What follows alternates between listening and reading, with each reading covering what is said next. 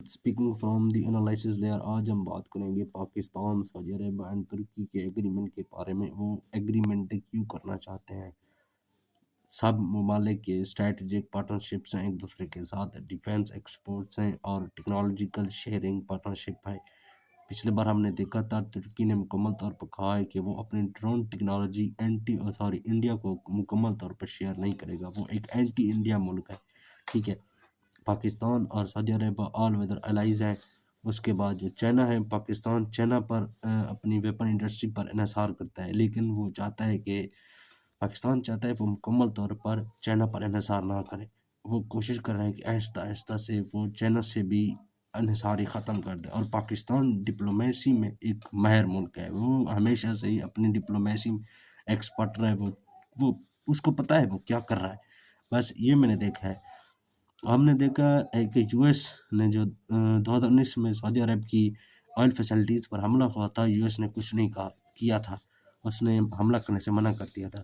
سعودی عرب نے مکمل طور پر اس وقت ہی دیکھ لیا تھا کہ پاکستان اس وقت ضروری ہے جب سعودی عرب کی آئل فیسلٹیز پر حملہ کیا گیا تھا، کیونکہ اس کو پتہ چل گیا تھا کہ سعودی عرب کی اب فیسلٹیز بچ نہیں سکتی اور یو ایس اس کو بچا نہیں سکتا، یو ایس نے کوئی قدم نہیں اٹھایا تھا۔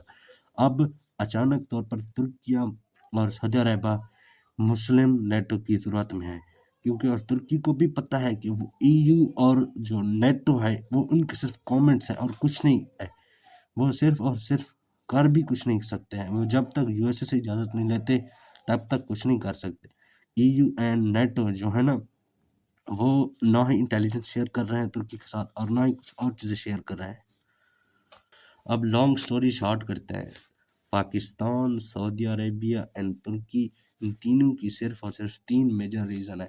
پاکستان اینٹی انڈیا ہے، ترکی اینٹی انڈیا ہے۔ پاکستان کے پاس انڈیا کی مکمل معلومات ہوتی ہے، انٹیلیجنس شیئرنگ کرتا ہے پاکستان بہت سے ملکوں کے ساتھ۔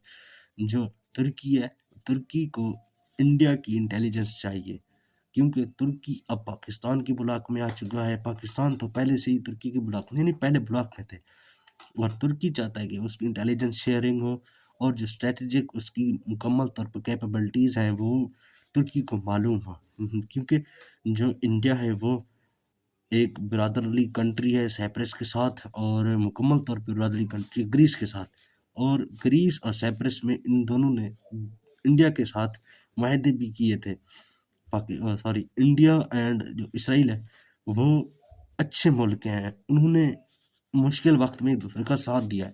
اسرائیل اور اینٹی پاکستان ہے، پاکستان اینٹی اسرائیل ہے مکمل طور پر، صرف اور صرف یہی چیزیں جو ایک اینٹی اسرائیل ہے وہی چیزیں ایک دوسرے کے کام آ رہی ہیں۔ پاکستان ترکی یہ اینٹی بلاک بن رہا ہے انڈیا کا، ٹھیک ہے۔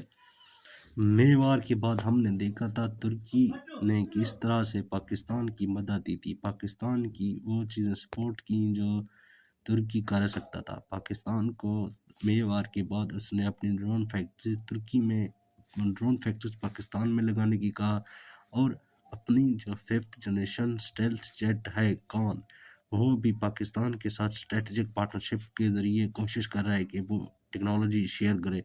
یہ ٹیکنالوجی شیئرنگ کا زیادہ مجھے نہیں پتا، جو سیدھی بات ہے میں وہ کر رہا ہوں، جو مجھے معلوم ہوا ہے، میں نے جتنا انالائز کیا میں آپ کو وہ بتا رہا ہوں، ٹھیک ہے۔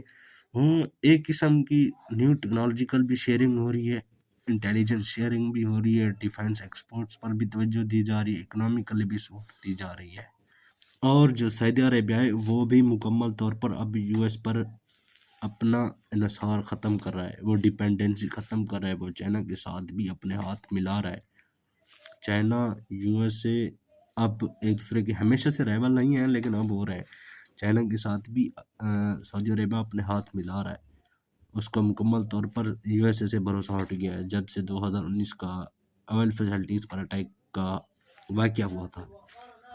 بس اب ایک ایسا بلاک بن گیا ہے جو سب ایک دوسرے کے اینٹی تھے وہ ایک دوسرے کے ساتھ ہو گئے۔ پاکستان، انڈیا جو ایک دوسرے کے خلاف تھے، اب پاکستان، ترکی ایک دوسرے کے ساتھ ہو گئے ہیں، انڈیا، اسرائیل، سیپرس اور گریس ایک دوسرے کے ساتھ ہو گئے، ٹھیک ہے۔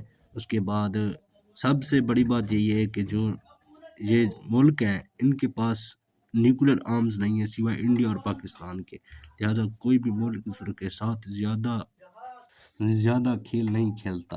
جو آج کل وار ہوگا صرف اور صرف گھنٹوں کا ہوگا، آج کل وہ کے وار وہ کوئی سالوں کے یا دنوں کے نہیں ہوں گے، کچھ بھی نہیں ہوگا۔ آج کل کے وار صرف اور صرف گھنٹوں کے ذریعے ہوں گے، اور وہ بھی جو ڈرونز کے ذریعے اٹیک ہوں گے یا سائبر اٹیکس ہوں گے۔ آج کل ملٹری کی بہت کم ضرورت پڑے گی، سب انٹرسٹ وغیرہ ہیں اور کچھ نہیں ہے۔